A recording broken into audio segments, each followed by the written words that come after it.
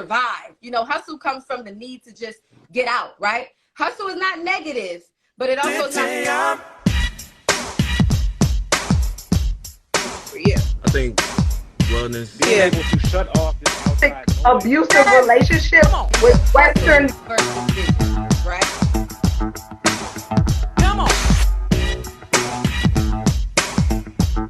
I appreciate it. So, hello everyone.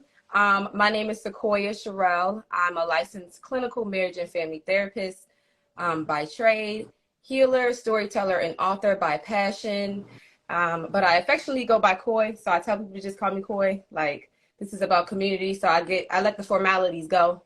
I just gotta let people know that I got the credentials, you know. Say that. Titles. Yes, so I'm excited to be here.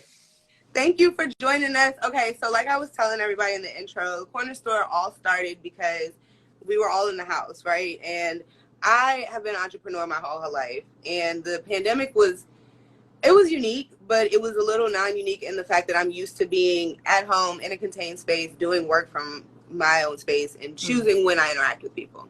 Okay. But I realized, like, you know, this pandemic space is really tough for people and they might not be interacting. A lot of small businesses may not have the same opportunities to meet with people or network in the same way. So let's do something. So I wanted to build community here.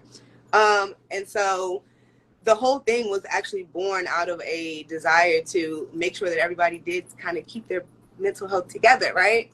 So I just want to talk to you today a little bit about emotional wellness and kind of like what that means to you. Start off with kind of like what wellness means to you and specifically what emotional wellness means to you.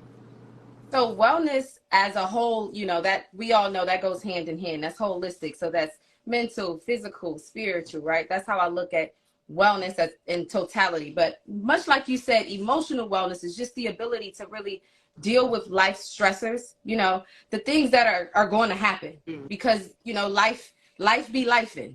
So, you know, emotional wellness is just the ability to tap into what I call like a toolkit, having like certain things that you kind of grab out of your back pocket when life be lifing, you know. And so when I explain it to my clients, you know, I talk about networks, you know, who supports you, who can you talk to about your problems. And usually we start there. And I mean, some people might be surprised, but, you know, stigma in our community is real. You know, we'll get into why I started on my couch, but a lot of the times it makes people a little weary about sharing, right? And so naturally, they're not telling any of the people around them what they're really going through. And so they're dealing with that internally, right? And so because it's internal, people don't always think that, you know, it has an impact, but it always manifests itself in some way, right? Absolutely. We do see that really often. So talk to us a little bit more about your brand and why you got into it. Absolutely. So On My Couch was started because I have another business that I started with two other business partners called Solid Ground Wellness, where I work more clinically, you know, and I have a little more responsibility to my clients, you know, so I can't speak as freely as I'd like to. So a lot of what I was doing was through Solid Ground for a while, and my partners didn't mind it, you know, but after a while, it got to the point where it was like, okay, I needed to speak specifically to Black people, and we didn't want to box ourselves in because the brown community needs us too. And so I started On My Couch as a wellness collective for Black people. I love it. I love it. I love it. Can you talk about the name of the business? I love the name On My Couch. Thank you. Thank you. So, storytelling time. So I, right. So I'm oftentimes like wherever I go, like it always happens no matter what. It's like this weird thing. My clients call it my eye. You know, like it's like people naturally gravitate to me, and before you know it, I got people crying. People are telling me their stories, you know, and I'm not really asking much. You know, I'm just like, tell me your story, and then it's like, woof, like, you know, the floodgates is open. So I can attest to it, girl. I've been there. I look at you. Listen, I've been her. I've been there. I've been there too, right? I've been there too. So I've been on couches too.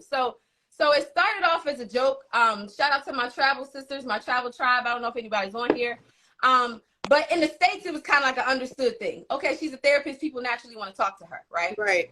Well, I travel a lot. I think it's like 35 or 36 countries at this point. So I've seen mental health in different, ways. I've seen it, how it crosses, language barriers, culture, So we were in Bocas del Toro in January of 2020, right before the world was about to shut down. It was our last New Year's before the world shut down.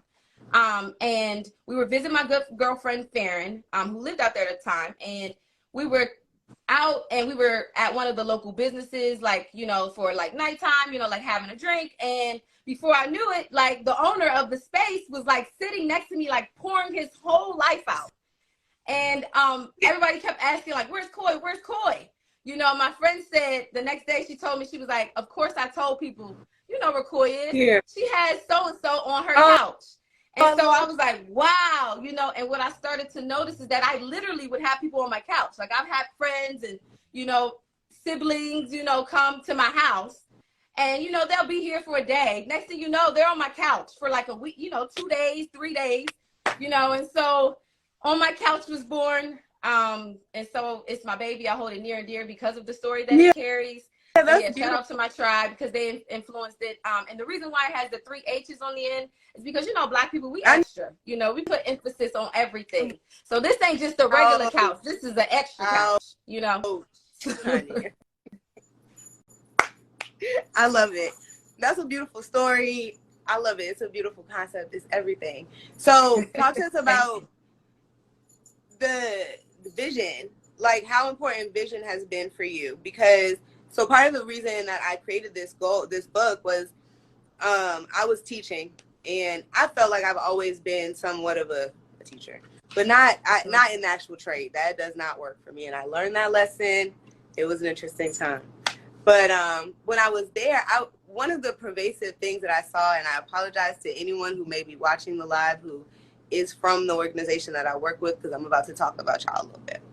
I felt that there was a lack of vision in the organization that I worked with. And in that space, I felt like things were kind of not thriving, right? And I listened to this sermon and I heard Proverbs 29:18. Without vision, and it hit different. Without vision, people perish. I said, oh, bitch, perish. It's not, oh, without vision, it might get bad for a little while. No. It might be 20 years down the line, but they perish. It perish. So I don't want to perish, right? And so when I pivoted my business in 2022 to focus on wellness, the scope was, how do I facilitate something where my people, my clients are sustainable?